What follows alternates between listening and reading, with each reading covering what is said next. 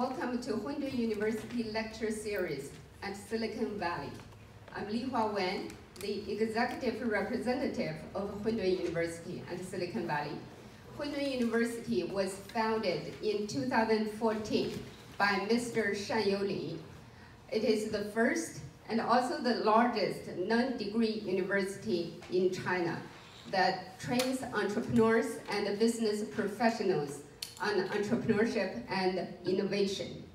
One of its flagship programs is Wrangler Entrepreneurship School, which is a membership-based program that combines online and offline teaching.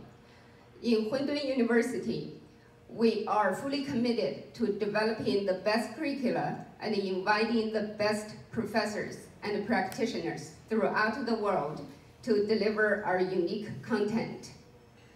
Today, we are very honored to have Ms. Randi Zuckerberg to talk about future consumers. Randi wears many professional hats. She is an entrepreneur, investor, best-selling author, and tech media personality. She is the founder and the CEO of Zuckerberg Media, developing technology, content, and live events, all with the mission of putting intelligent, tech-savvy, entrepreneurial women and girls at the center of pop culture and media. A Harvard graduate, Randi hosts a weekly business talk radio show, Complicated, on Sirius XM. She has 2 TV shows currently on air. On NBC Universal Kids, which is a winner of Kids Screen Best New Preschool Series. It's about a spunky little girl who uses technology to enhance her everyday adventures. Another show is American Dreams on HSN, highlighting entrepreneurs around the country. She's the best-selling author of Complicated, and Missy President. She also recently released her 4th book, Pick 3, which challenges the fallacy of a well-balanced life. Randi travels around the world speaking about technology, entrepreneurship, her time as an early employee at Facebook, leading major marketing initiatives in the company's formative years, and shockingly, how to unplug when she's not Facebooking or actual written word booking. She can be found at the theater as a Tony Awards voter, investor in the award-winning show Dear Evan Hansen, and a board member for the American Theater Wing and the Lincoln Center, or doing her best to unplug at home with her husband and 2 young sons. Please join me to welcome Ms. Randi Zuckerberg. Thank you for the kind introduction. It's really wonderful to be here with everyone. Welcome and hello to everyone who's watching on video. Thanks to our beautiful live studio audience who's here with me today. I know a lot of you are probably thinking about somebody else with the last name Zuckerberg. Maybe you're feeling disappointed for a minute right now that it's me and not him. So I want to hope that by the time that we're done with our conversation today, you're going to forget that another Zuckerberg even exists at all. So let me tell you a little bit about my story and my background, just so you can learn a little bit about me. I graduated from Harvard University, which I know is a very obnoxious bragging way to start a speech, but that other Zuckerberg did not graduate.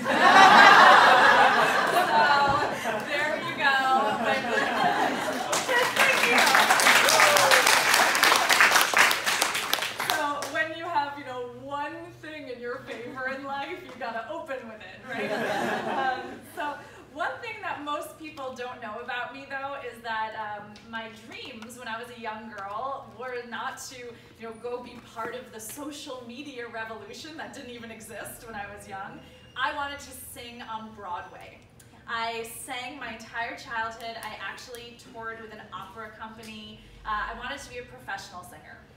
I got to Harvard, and my first week there, I got flat out rejected from the music major. So at age 18, I had my first entrepreneurial pivot without even knowing that I was mastering pivoting before it became a thing in Silicon Valley. And through that, I actually call that my luckiest failure, because I didn't realize until then that if you're a smart, ambitious, passionate person, there are a lot of things in the world that you can get excited about. I think a lot of times the world tells us that we have one calling, and I don't believe that. So I got very passionate about marketing and business from there. And after I graduated, I moved to New York City and worked for a big advertising company called Ogilvy and Mather. And I got very lucky there without even knowing it. I got selected to be part of a rotation program. There were 40 of us. 39 of the 40 got staffed on these very glamorous marketing campaigns. Celebrities, movie stars, television shoots. Me, I was the one person who got staffed on a brand new team called Digital and Interactive Marketing, and I was pissed off. I was very angry. I wanted to be with the movie stars. I called my mom. I cried. I was like, Mom, I'm in a dead-end job. What is this digital marketing thing? I want to be with the celebrities. Well, fast forward 2 years, and all of my colleagues were still only getting cappuccinos on television sets. That's all they were doing. And I was part of one of the fastest growing teams inside the company. I was managing people at the age of 23, and it was just an incredibly lucky skill set to have at that time. So I started getting phone calls, emails. The preferred mode of communication was AOL Instant Messenger at that time, just to date myself a little bit. And I started getting messages from my brother saying, hey Randy, I started this thing called the Facebook, and I really need someone who knows about digital marketing. Let me translate that for you guys. What he really meant was, I need someone who will work for free. And, you know, I thought, you know, I've been at the agency for a few years now. I'm kind of ready to try something new in life. So off I go to California. And I thought, so confession, I know we're standing out here in California right now, but before I got on that plane, I had never been to California in my whole life. I just was on the East Coast of the United States. And so I had in my mind this vision of California as being very glamorous. Everyone is like beautifully dressed, and the beach, and I don't know, just all those things you think in your head. Yeah, that's correct. So then I got to Silicon Valley, and it was the least glamorous experience of my life. These guys were just coding around the clock. It was like, I think they ate only Red Bull and Twinkies for 4 straight days that I was there, and I thought, oh gosh, I gave up a life in New York City to be here for this. But there was something really magical that I had trouble putting my finger on, but when I really started to think about it, it was just these guys had this incredible passion for what they were building. Passion that I personally had never really seen in the corporate world before. You could tell in the middle of the night, coding around the clock, even though we didn't have that many people using the site yet, that they truly believed they were going to change the world and change the way that people communicated and kept in touch with their friends and families and loved ones.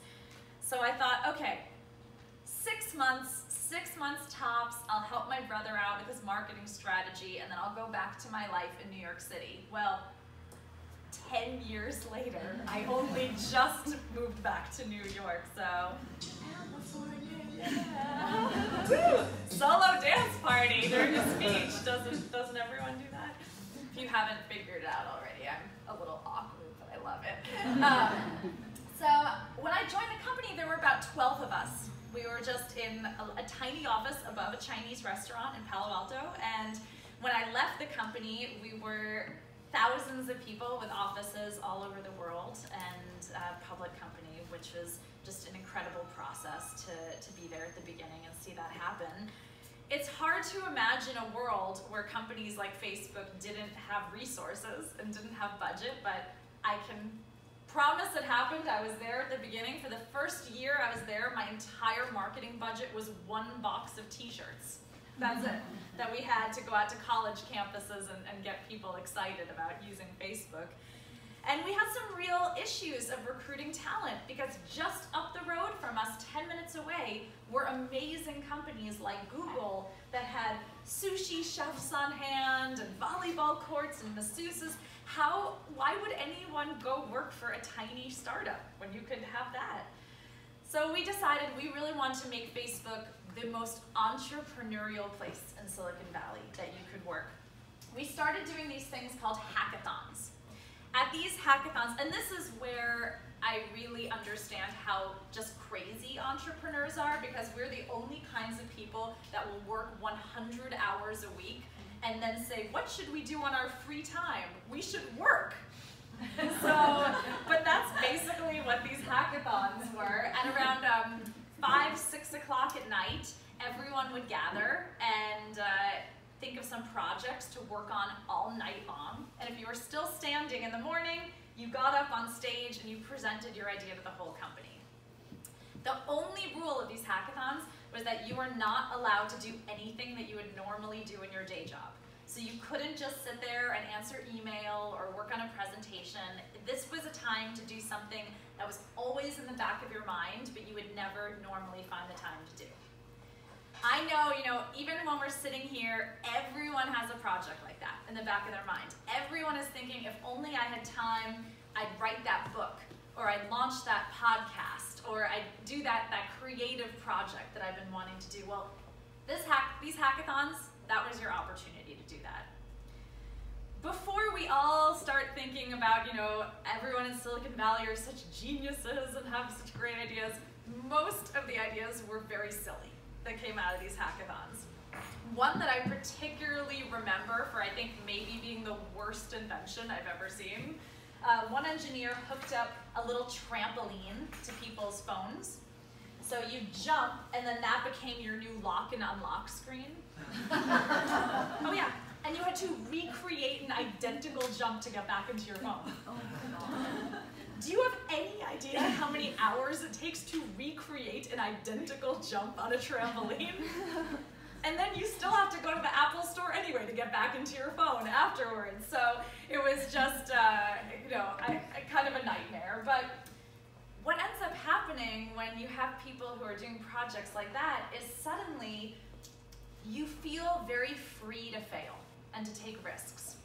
I know for me in my life, and especially for a lot of people, there are so many meetings that we sit in where you hold your best ideas in. You don't share them because you're so afraid if you share a big idea that people around you will think it's stupid or silly, or they'll shut it down, and so instead you just don't share your best ideas. But at these hackathons, when the guy next to you is hooking up a trampoline to a phone, there is nothing that you can do that will be crazier than that. So you might as well just bring your biggest, boldest ideas to the table. And what ends up happening when people aren't afraid to fail is that all of a sudden, at every one of these hackathons, there was 1 or 2 ideas that was so good that we ended up putting teams behind it and actually making them full features on the site. Even better was that the best ideas came from places you wouldn't expect.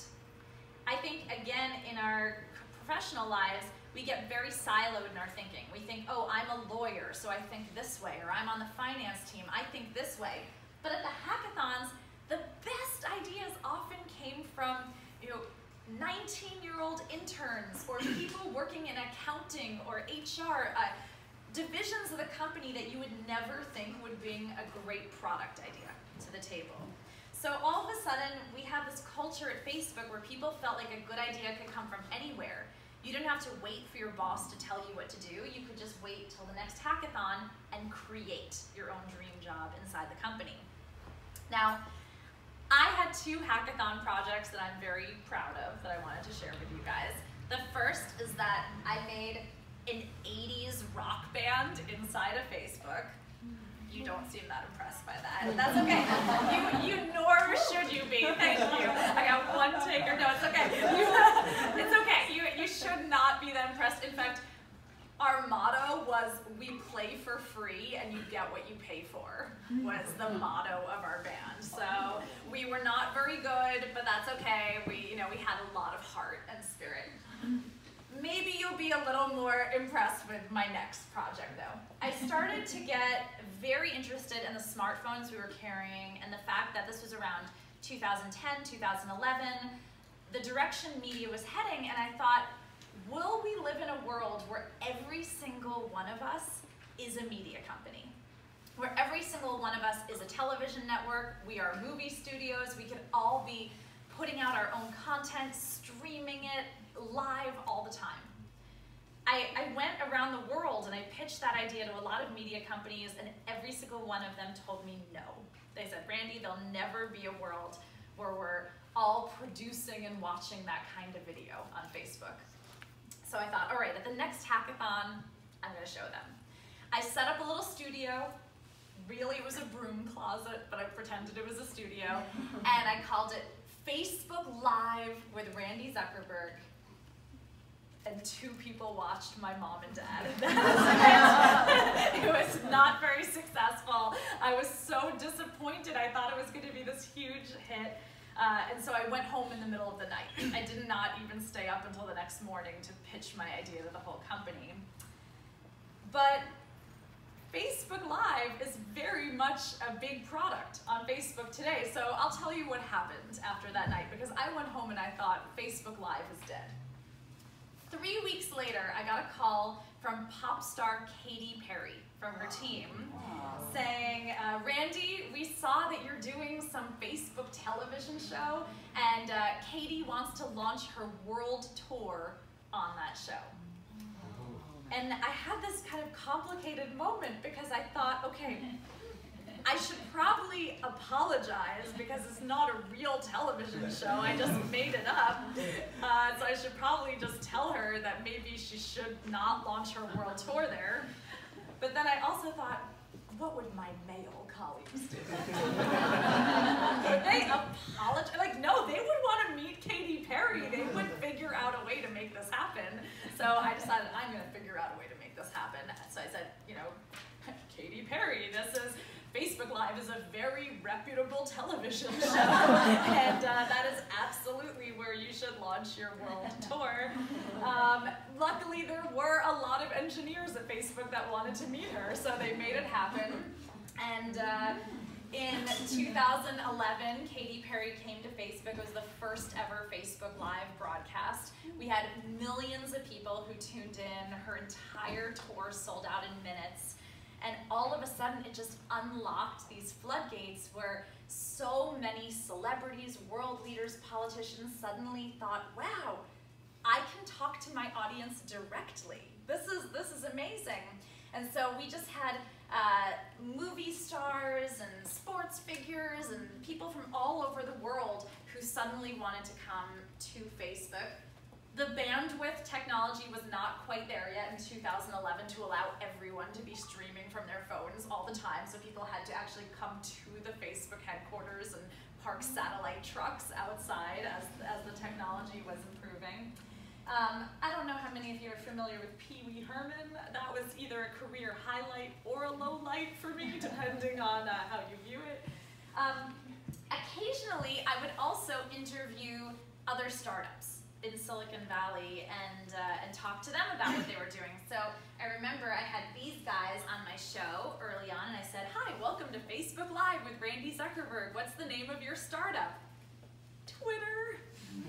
I was like, cool, good luck with that. So, good job, good work, guys.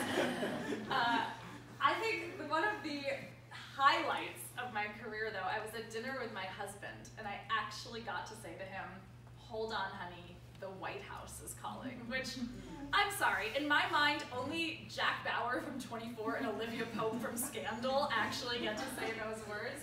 But President Obama wanted to use Facebook Live to do a town hall to all of America, and in fact loved the platform so much much that the White House ended up using Facebook Live every single week to do updates. This was only 4 months after that little hackathon with the broom closet. 4 months from just an idea with my mom and dad watching to the President of the United States using that product.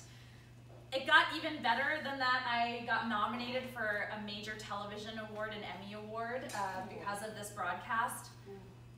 I lost to Anderson Cooper reporting shirtless from a ditch in Haiti. I know. It's an honor to be nominated. That's what I should be saying. Thank you. Even more exciting than that was that just a few years ago, Facebook put a Facebook Live button on 2 billion profiles around the world, and it's now one of the most used products and features on the site.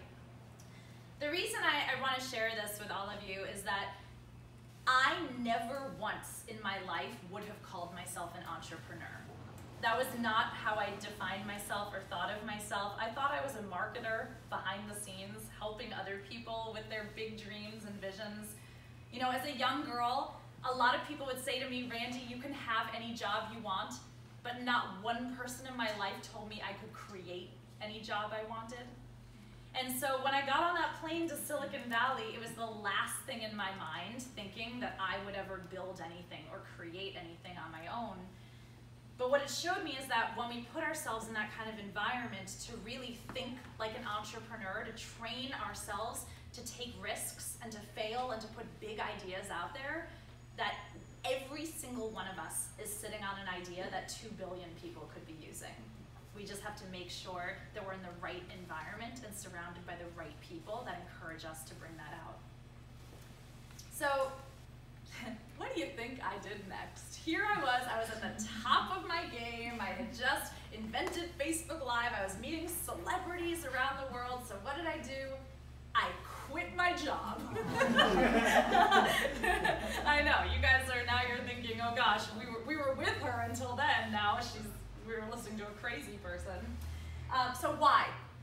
Why would someone walk away from an amazing job at a great company like that? Well, the answer is, it's complicated.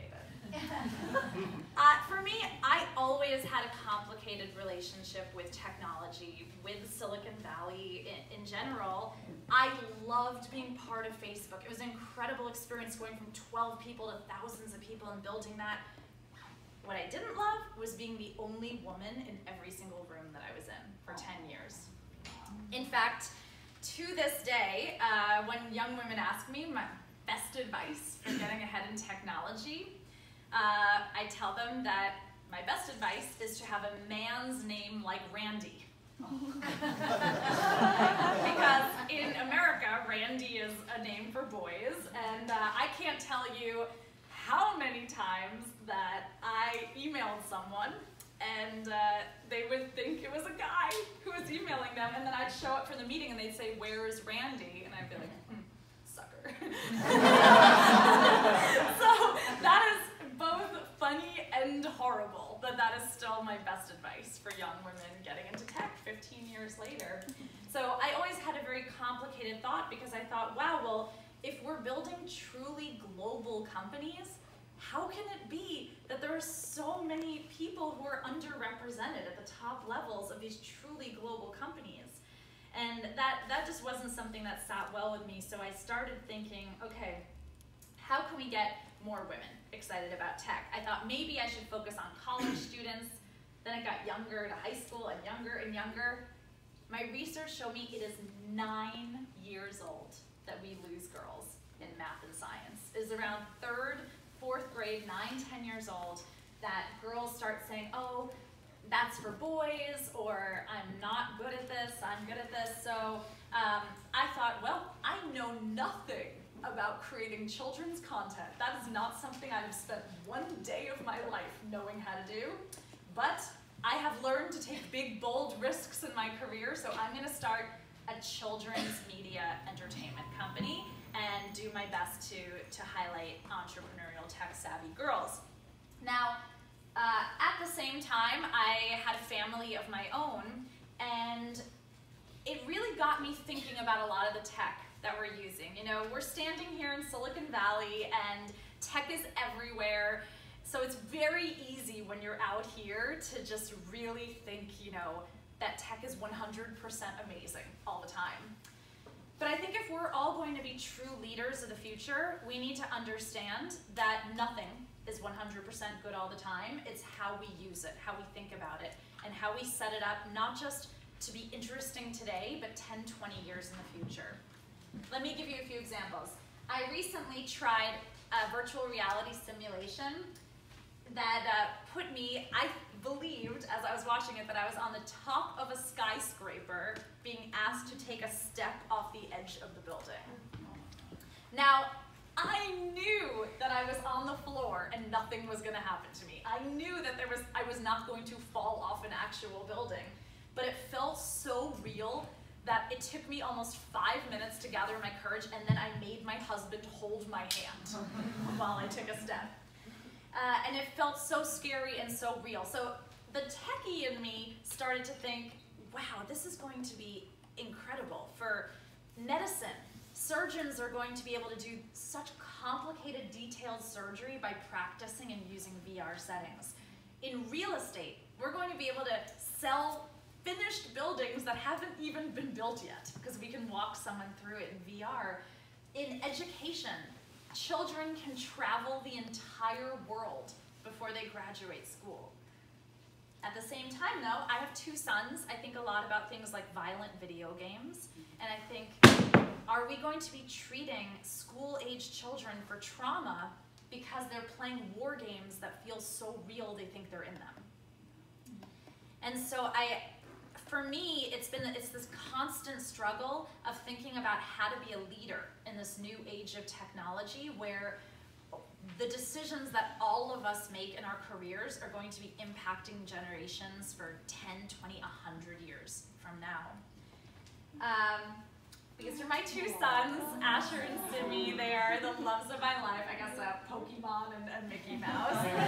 And these boys have completely changed the way that I think about technology because they are, no matter how tech savvy I am, they are going to run laps around me in my life. My oldest son had a play date with one of his friends, and when the little boy came to our house and saw my laptop sitting there, he went, "Grandpa!" Oh. And his mom said, "We Skype so much, he thinks his grandpa lives inside the computer." Oh. Every time he sees a computer, he thinks it's his grandpa. Oh. So that is the world that young children are in today, that they don't know the difference between human interaction and interacting on a screen. It's completely normal. My little guy, we were in Whole Foods supermarket, and he went up to a can of soup and said, "Alexa, play Mickey Mouse." I should have corrected him, but it was so cute, I just started filming it. But then I thought to myself, wow, Amazon just bought this grocery store chain, so probably in a year, that will talk back to him. And so maybe he's just ahead of his time, really. So keep going, kid. But it made me really think about all of the tech that's being developed and both the wonderful and the challenging use cases. For example, speaking of Amazon, they're working on all of these patents around drone delivery around the world. Now, I think a lot of us can imagine a situation where it would be wonderful to order something on your phone and get it 10, 20 minutes later. What could go wrong, though, in a world where there are thousands of heavy boxes flying above our heads all the time? Maybe it's not too late for you guys to, pivot your career to be emergency room doctors if we do enter that world. Self-driving cars, one of them was ahead of me on the road today on my way here. And I always, whenever I see those cars on the road, I always have a mixture of kind of excitement and fear and nervousness. And then I looked around on the road today and I saw every other car was like this at the wheel. And I thought, none of those other cars have drivers either. But they are not self-driving is the difference. And so now, congratulations, you have inherited a world where we now need technology to save us from our technology. Even, actors and media and companies are thinking of using technology in new ways to make headlines. I saw Lady Gaga is going to do a concert in space, apparently. But the funniest reaction I saw to that is a comedian, Jimmy Fallon, who said, "It's always nice when an artist performs in their hometown." I think right now, with all of the hype that's been going on, there's definitely nothing right now that is more kind of complicated than crypto and blockchain. Now, I have had every possible reaction to that, from rolling my eyes to getting excited. The one thing I will say, though, is especially for all the women out there, you know, there's a lot of work to be done fighting to gain equality in traditionally male-dominated areas of tech. You know, we have a long way to go there. But suddenly, with these emerging fields, this is an opportunity to get in on the ground floor, where everyone is equal, where you don't have to catch up after 20 years or more of being behind. And so I think that these new emerging industries actually present an incredible way to have a lot more gender equality in different areas of tech.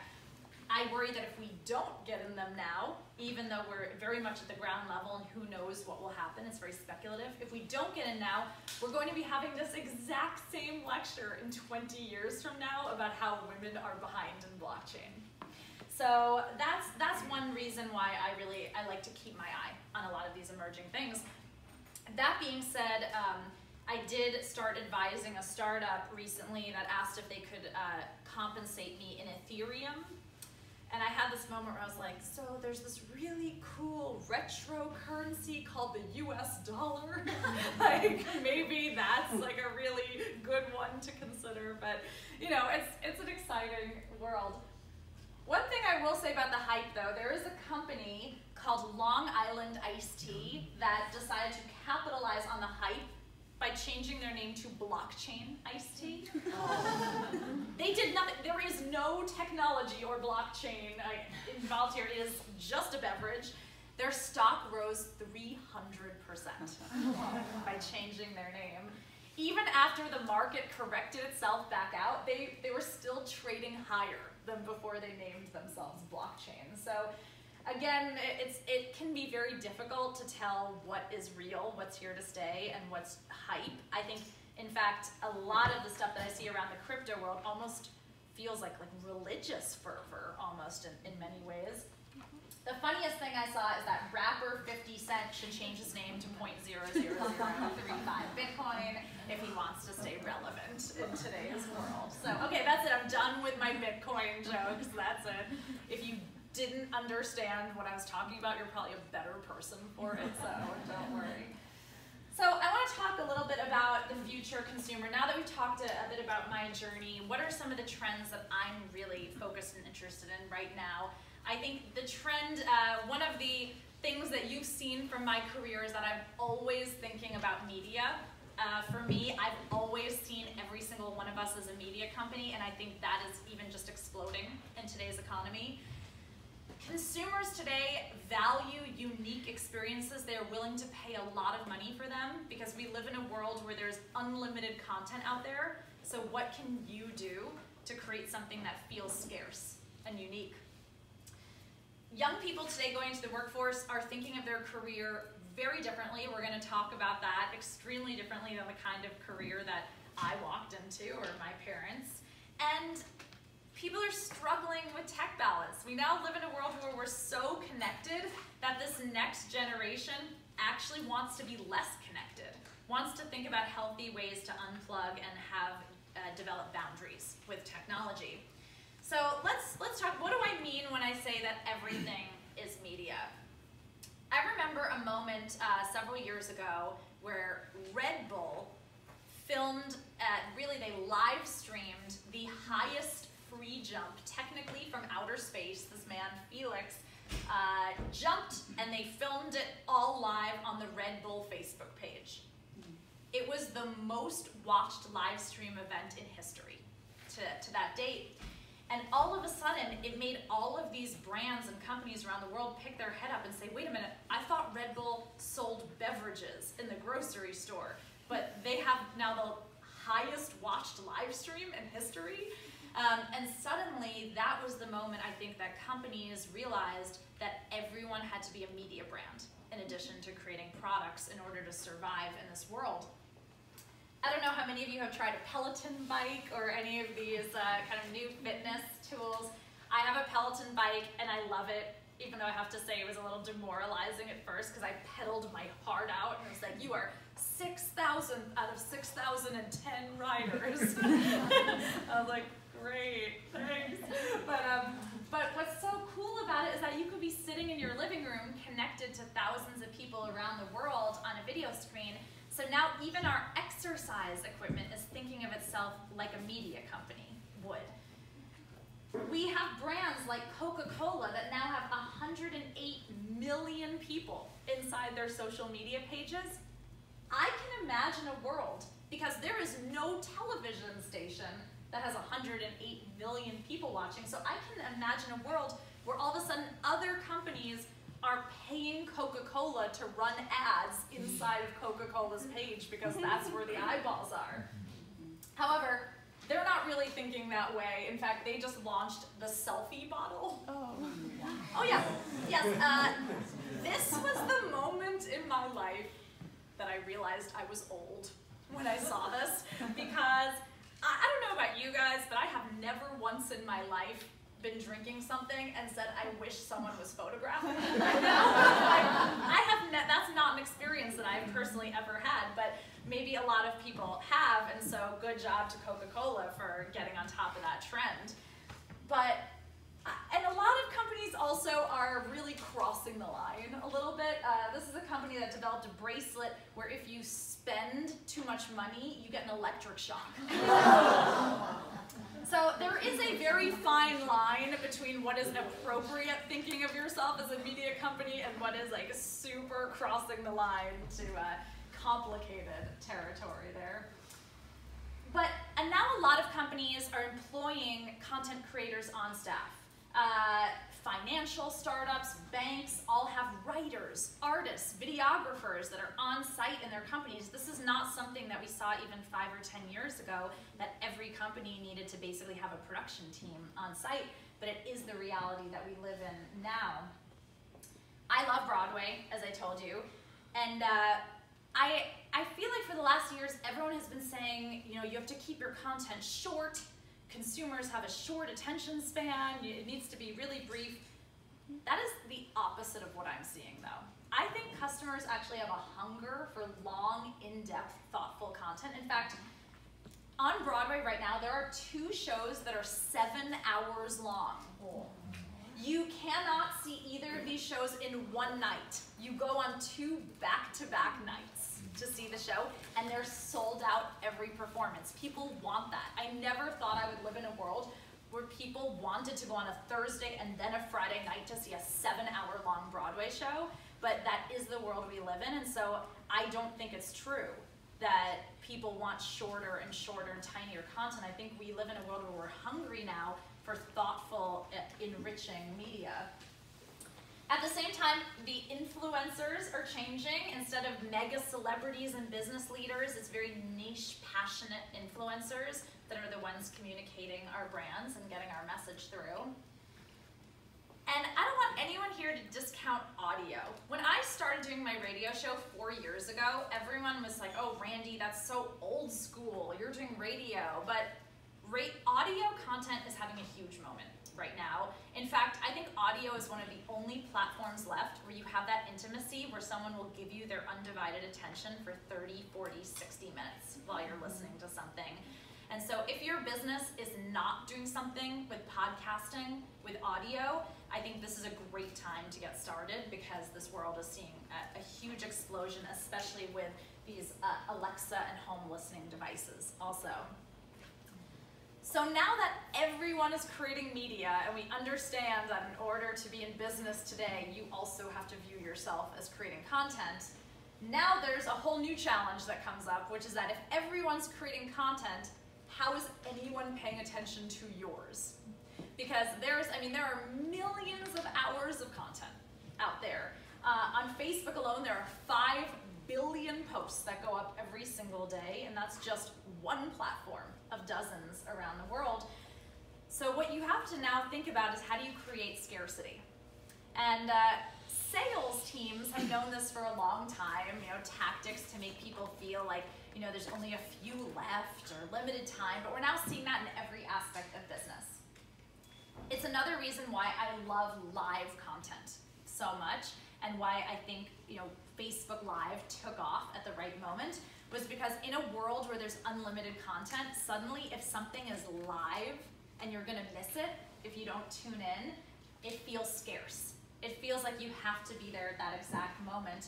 And we're seeing that sporting events that are live, things that are filmed live are, gaining an audience while everything else is losing audience.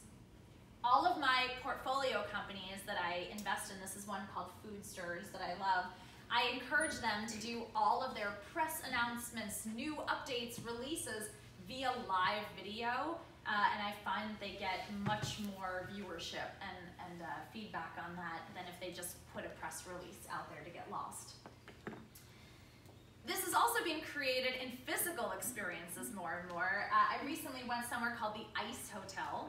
It's a hotel that's only built between January and April, then it melts, and then they rebuild it the next year. But I mean, that is really the culmination of a scarce experience, because once that hotel melts, nobody will ever be staying in that exact hotel again.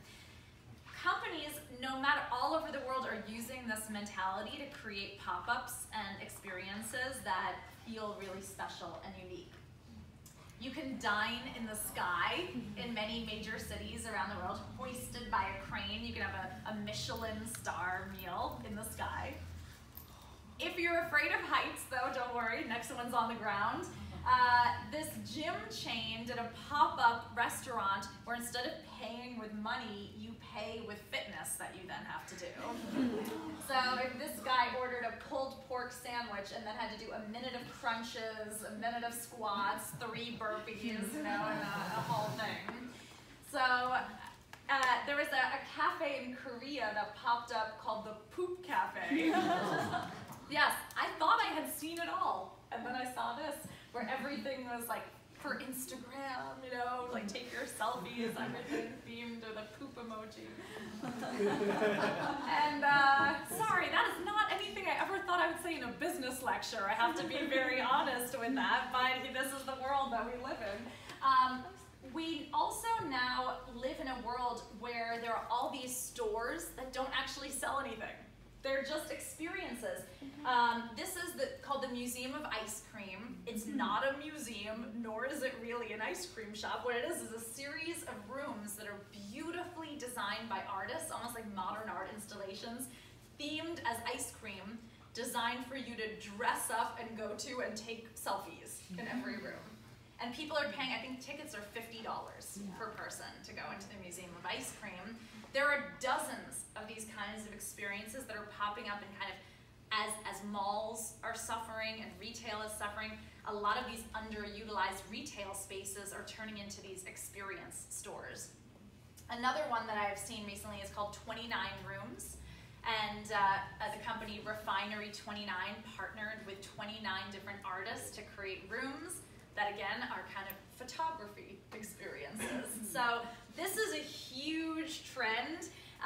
Again, we can't discount something in life as a business trend just because, we wouldn't go to it, or we think like we're old for this. Whereas most of the people in this room are probably right in the demo of this. But I think it's very interesting as we think about how malls and retail areas are going to change over the next 5-10 years. We're going to see a lot more experiences that are bringing people to the table. So I decided, seeing this trend, I thought, okay, I want to get in on this kind of pop-up scarcity experience trend, and my passion is getting more girls into tech, so how can I do this? I went to my team and I thought, what if we created a pop-up restaurant where everything is made by robots? What would that be like? We went to Chattanooga, Tennessee, which I don't know if anyone here has even heard of. I had not heard of it until I went there. But it's a great city in the middle of the United States. Unfortunately, there's been a lot of problems because a lot of automotive factories have shut down and people are suffering there and really rethinking their careers. So we opened Sue's Tech Kitchen, where every single course of the menu, this pop-up cafe, is designed to teach you about technology. So we wired up fruits and vegetables into a piano. I wanted to call it Apple Music, but then someone told me that was trademarked already, so oh well. We kind of rethought out the dining experience, where, what happens if drones deliver you your bread roll at the beginning of dinner, or you can play games or watch 360 movies around your table with your family.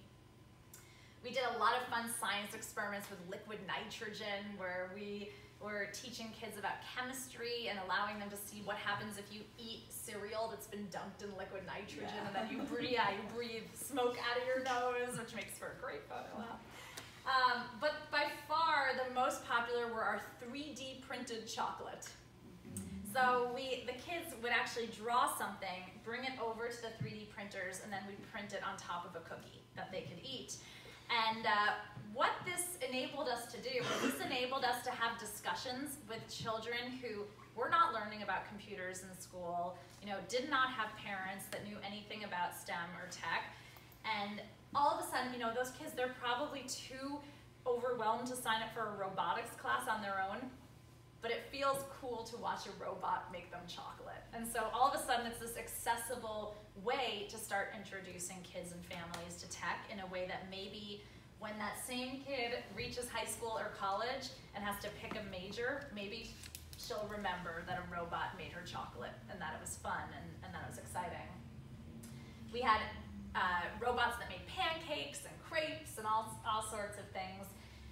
After our first one in Tennessee, it did so well that we actually ended up opening 9 more of them around the United States. And we actually have plans to open some in China as our next expansion. So I'm very, very excited, and hopefully the next time that I'm giving a lecture, I'll be in person with you guys because we're opening our tech cafes. I think we also need to think about, people that are growing up today, what are they looking for in their career? Because it's very, very different what people are looking for in their career now. Everyone's thinking about me there, and what I mean by that is that, when I was starting my career, it was about how do I serve my company and my clients, but now, in addition to that, in a world where we're all a media company, you also have to be thinking about building your own personal brand. What are you an expert in?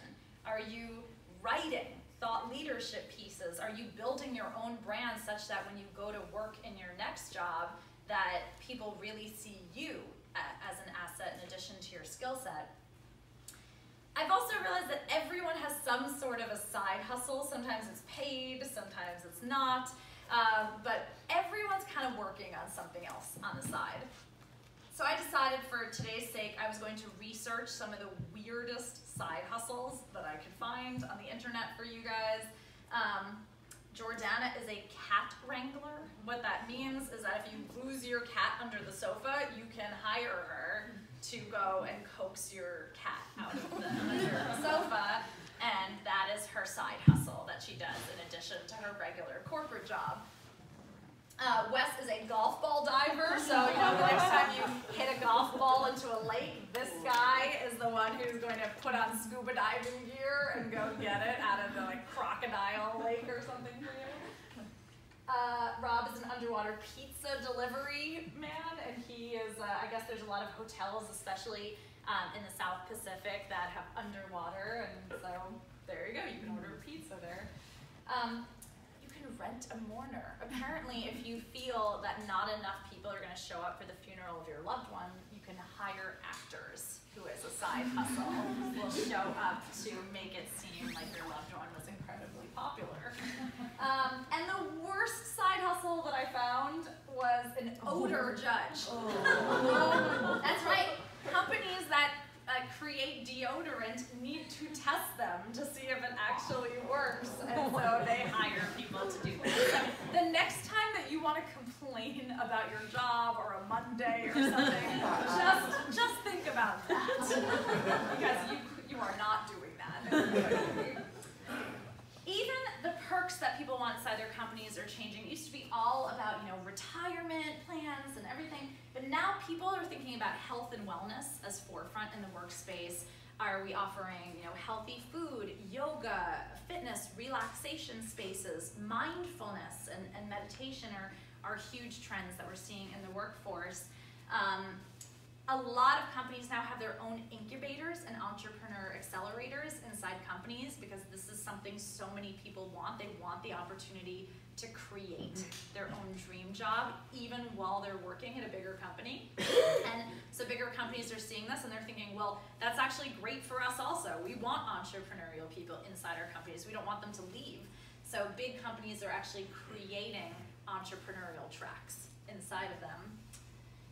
When we look at health perks that employees are offering, there's now a huge trend in companies offering things like egg freezing and fertility to preserve the options for women to make choices about their careers and their families and feel like they can have both, and a lot of companies are supporting that. But my favorite is paternity leave.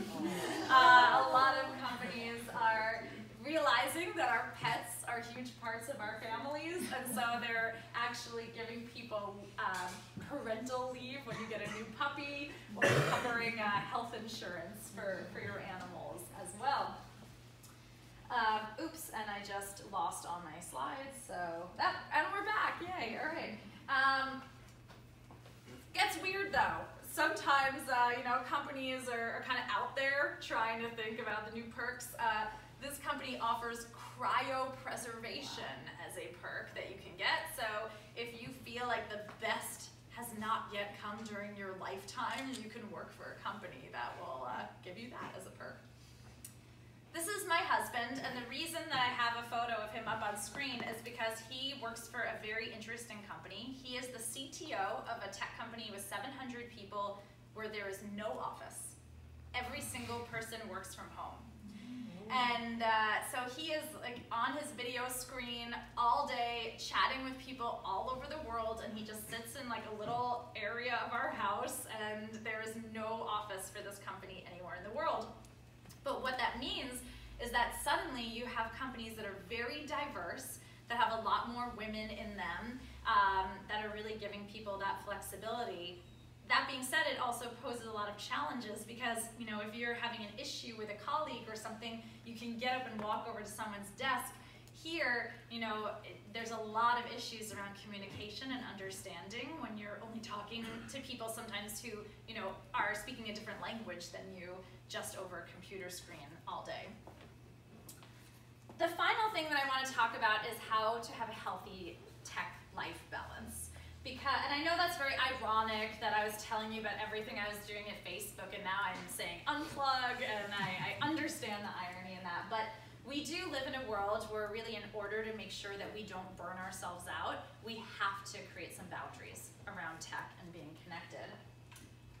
If you figure it out, I hope you'll tell me. I don't have all the answers. In fact, in this photo, my son is picking his nose. And I did not realize it because I was on my phone doing something. So, the struggle is real for all of us. These devices are both our best friends and our worst enemies. It's, I spent earlier this morning on FaceTime with my son, watching him level up in Taekwondo to the next belt. And I thought, oh, this is so amazing that here I am on the other side of the country and I can still be there for his belt test. But at the same time, these devices can also really come in between us and our loved ones a lot. If you still don't believe me, let me show you this video of a bear. And then that's a guy text messaging and not looking where he's going. That's correct. That guy just walked headfirst into a bear because he wasn't looking where he was going.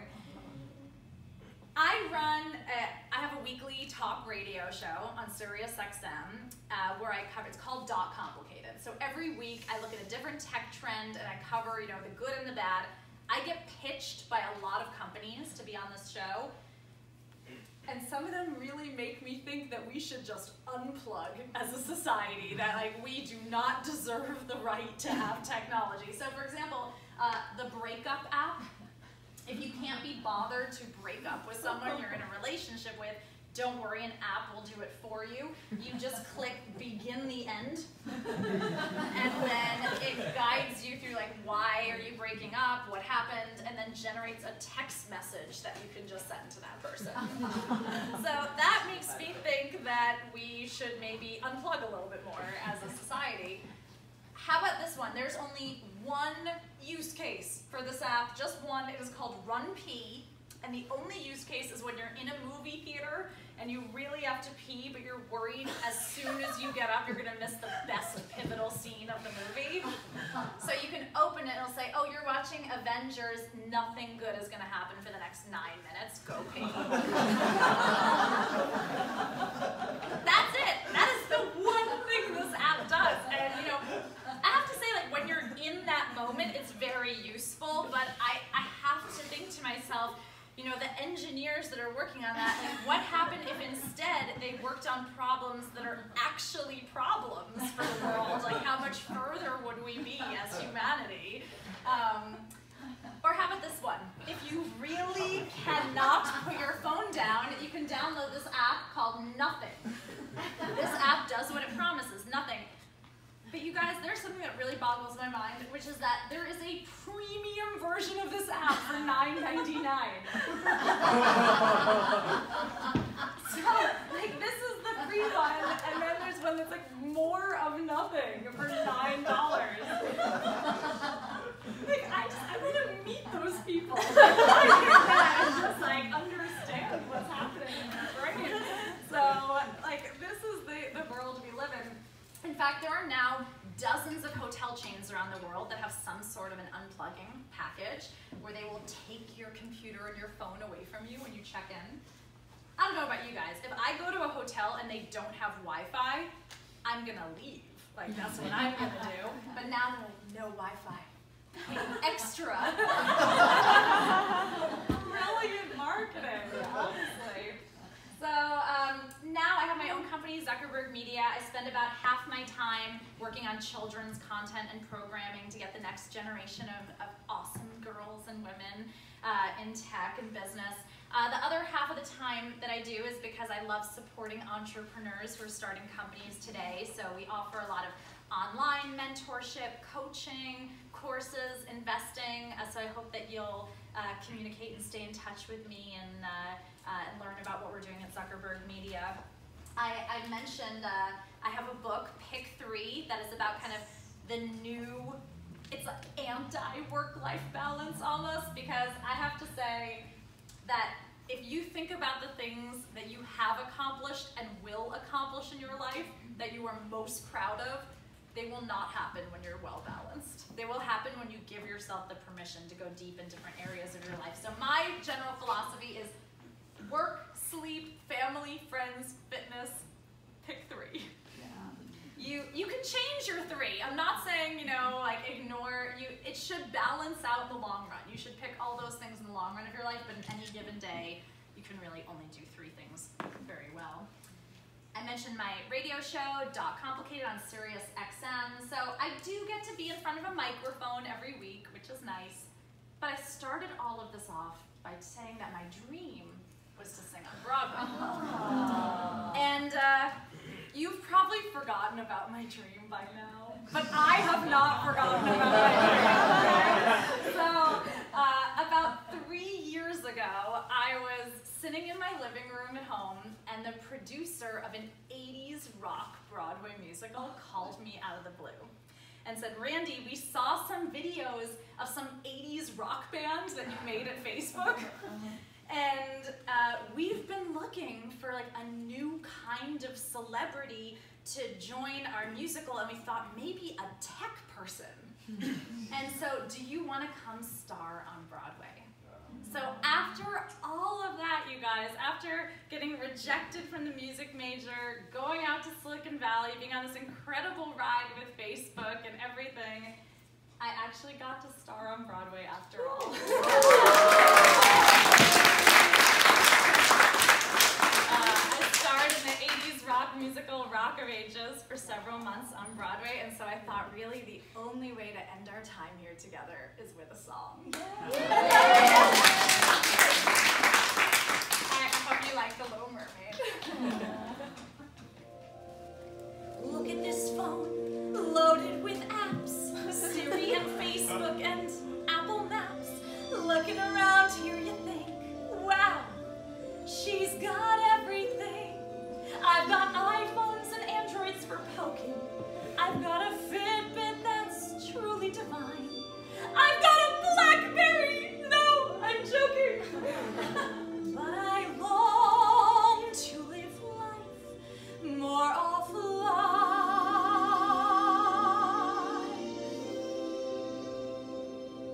I want to go where the people go. Bookstores!